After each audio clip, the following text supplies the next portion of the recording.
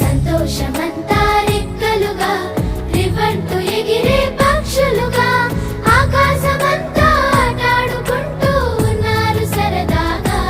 ఒకరేమో సీను ఒకరేమో చున్ను కలిసారే ప్రాణంగా కురిసారే వర్షంగా.